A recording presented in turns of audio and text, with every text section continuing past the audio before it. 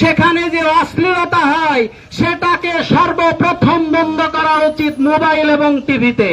এই টিভিতে একদিকে অশ্লীলতা চলবে, নায়ক নায়িকার ড্যান্সের নামে অশ্লীলতা চলবে, ছোট ছোট শিশু কিশোররা তাদের প্রভাবিত হবে, মদ খাওয়ার ছবি দেখানো হবে, নেশা করার ছবি দেখানো হবে।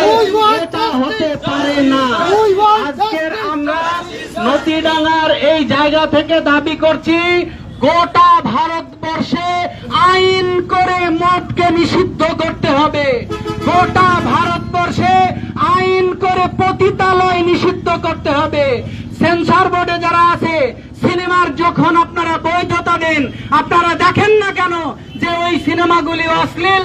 কি করে হিংসাত্মক সিনেমাগুলি এদেশের টিভি চ্যানেলগুলিতে প্রচারিত হয়? গভর্নমেন্ট কিছু বলে না কেন?